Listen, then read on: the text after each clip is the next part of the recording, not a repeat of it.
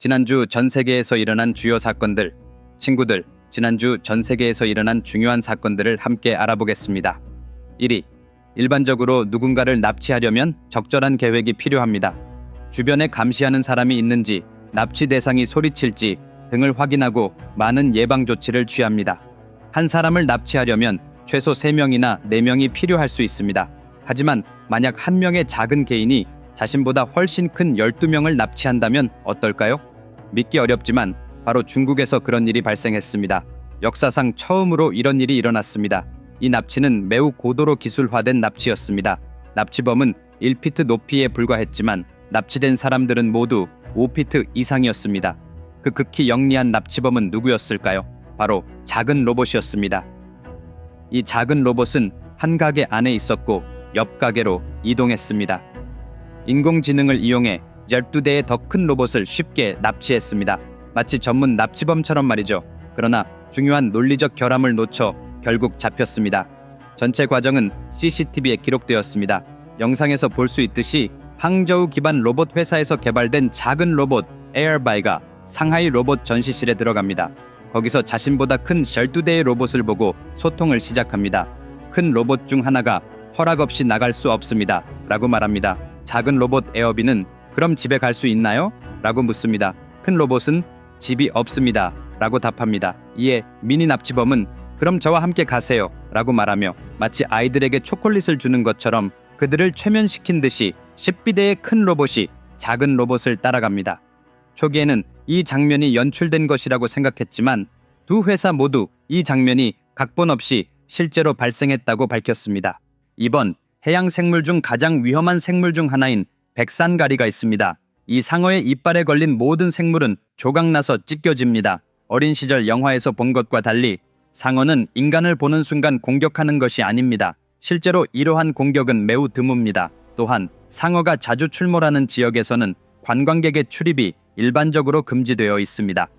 그러나 일부 지역에서는 상황이 완전히 다릅니다. 특히 유럽의 특정 지역에서는 상어가 인간을 공격하는 경우가 더 자주 발생합니다. 때로는 피해자가 경미한 부상으로 살아남지만 다른 경우에는 목숨을 잃기도 합니다. 최근 뉴질랜드에서 또 다른 상어 공격 사건이 발생했습니다. 24세 남성 딕소는 가족과 함께 투어를 떠났습니다. 그들은 배를 빌려 바다로 나갔습니다. 일정 거리를 이동한 후 가족 모두 수영을 시작하며 즐기고 있었습니다. 한참 후 모두 피로해져 배로 돌아왔습니다. 하지만 디킨스는 다시 수영을 하려고 물에 뛰어들었습니다. 그때 갑자기 백상어가 나타났습니다. 디킨슨을 먹이로 착각한 상어는 그를 공격해 심각한 부상을 입혔습니다. 가족들은 신속히 대응해 그를 구조했지만 디킨슨은 병원으로 이송 중 사망했습니다. 1860년 이후 뉴질랜드에서 상어 공격으로 29명이 목숨을 잃었습니다. 국제 상어 공격 기록에 따르면 백상아리는 매우 드물게 인간을 공격합니다. 번호 3. 어머니보다 위대한 신은 없다고 합니다. 그러나 여기서는 한 어머니가 13세 딸을 차구에 묶어 수일간 고문한 후 살해했습니다. 나타샤라는 여성은 고아원에서 이 13세 소녀를 입양했습니다. 소녀는 어머니가 없었기 때문에 나타샤를 자신의 어머니로 여겼습니다. 그녀는 희망에 차서 도착했지만 단 하루도 평온한 날이 없었습니다.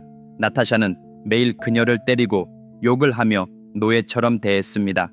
제대로 먹이지도 않았습니다.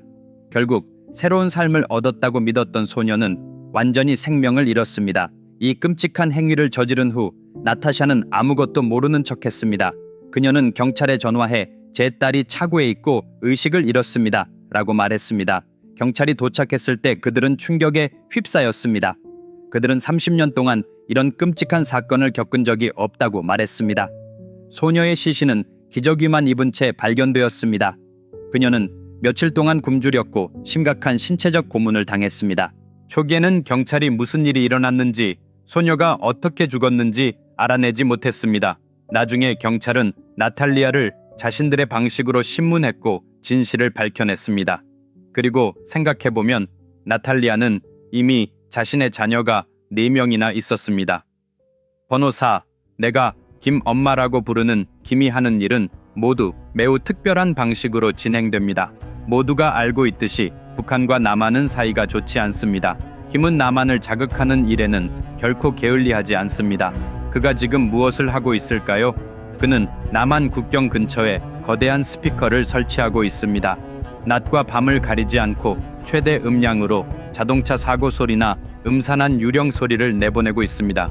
그는 단순히 남한의 국경 마을에 작은 불편을 주는 것이 아닙니다. 그들을 완전히 고통스럽게 만들고 있습니다. 낮에는 두통으로 인해 일할 수 없고 밤에는 소음으로 인해 잠을 이룰 수 없습니다. 24시간 내내 계속되는 고문입니다.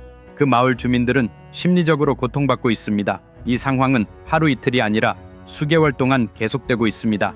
친구들, 단 한 편의 흥미로운 이야기를 읽는 것만으로도 한 사람의 인생을 바꿀 수 있다는 걸 믿으시나요? 그 이야기를 자녀들에게 읽어준다면 그들이 인생에서 필요한 가치를 배울 수 있다는 걸 믿으시나요? 현재 겪고 있거나 미래에 직면할 수 있는 어떤 문제라도 단순히 한 편의 이야기를 읽는 것만으로 해결책을 찾을 수 있다는 걸 믿으시나요? 네, 가능합니다. 그리고 이는 인류 역사상 가장 위대한 서사시인 마하바라타를 통해만 가능합니다. 이 이야기는 어떤 슈퍼히트 영화보다 100배 더 놀랍습니다. 이는 도전입니다. 마하바라타의 완전한 이야기는 비크라마디티아의 말로 기록된 두 부분으로 나뉘어 있으며 책 형태와 전자책으로 아마존과 전 세계 14개 온라인 서점에서 구매 가능합니다. 현재 전 세계 54개 언어로 번역되어 있습니다. 이 영상 아래 설명에 링크를 제공했습니다. 지금 바로 주문하세요. 왜냐하면 이 책은 단순히 책이 아니라 인생에 필요한 모든 것을 담은 보물 창고이기 때문입니다. 번호 5. 중국 우시시에서 21세 학생이 칼을 들고 난동을 부리기 시작했습니다. 이 과정에서 여러 사람을 공격했으며 8명이 사망하고 17명이 중상을 입었습니다. 이 공격은 장수성 우시직업 예술기술대학에서 발생했습니다. 가해자는 올해 졸업한 학생으로 그가 왜 그런 정신병적인 행동을 했는지는 아직 명확하지 않습니다. 번호 6. 전쟁에서는 도덕과 규칙은 과거의 일이다. 이제 승리와 패배만이 중요할 뿐 다른 것은 아무것도 의미하지 않는다. 그 과정에서 누군가가 살아남든 죽든 누가 신경 쓰겠는가? 그들은 승리하기 위해 어떤 수단이라도 사용할 것이다. 최근 분쟁에서도 레바논은 이스라엘의 공격으로부터 안전한 장소와 반격의 거점이 필요했다. 전쟁 중 안전한 장소는 벙커나 터널일 수 있습니다. 레바논은 무덤 아래를 파서 터널을 만들 정도로 극단적인 조치를 취했습니다. 그러나 이 모든 노력은 이스라엘이 그 위치를 발견하면서 헛수고로 끝났습니다. 터널 안에는 대형 무기, 폭탄, 로켓 발사대가 있었고 이는 이스라엘 군대를 충격에 빠뜨렸습니다. 만약 그 터널이 발견되지 않았다면 이스라엘은 엄청난 피해를 입었을 것입니다. 번호 7. 음속과 맞먹거나 초과하는 속도로 이동하는 차량을 초음속이라고 합니다. 1986년 영국 항공은 콘코드 항공기를 설계해 단 29시간 59분 만에 지구 한 바퀴를 돌았습니다. 이후 초음속 항공기가 등장했는데 이는 음속의 5배 속도 약 53km로 이동할 수 있어 지구 한 바퀴를 단 7시간 만에 돌 수 있습니다. 그러나 이러한 항공기는 주로 미사일이나 화물을 운반하는 데 사용되며 아직 승객을 태울 수 있는 초음속 항공기는 없습니다. 중국 기업 스페이스 트랜스포테이션은 승객을 태울 수 있는 초음속 항공기 개발에 오랜 시간 동안 노력해왔습니다. 최근 사우스 차이나 모닝 포스트는 이 기업의 화물기 프로토타입에 대한 기사를 게재했는데 이 항공기는 음속의 4배인 약 734km의 3배를 곱하면 5000km로 비행합니다. 이 항공기는 2027년까지 승객 운항이 가능할 것이라고 합니다.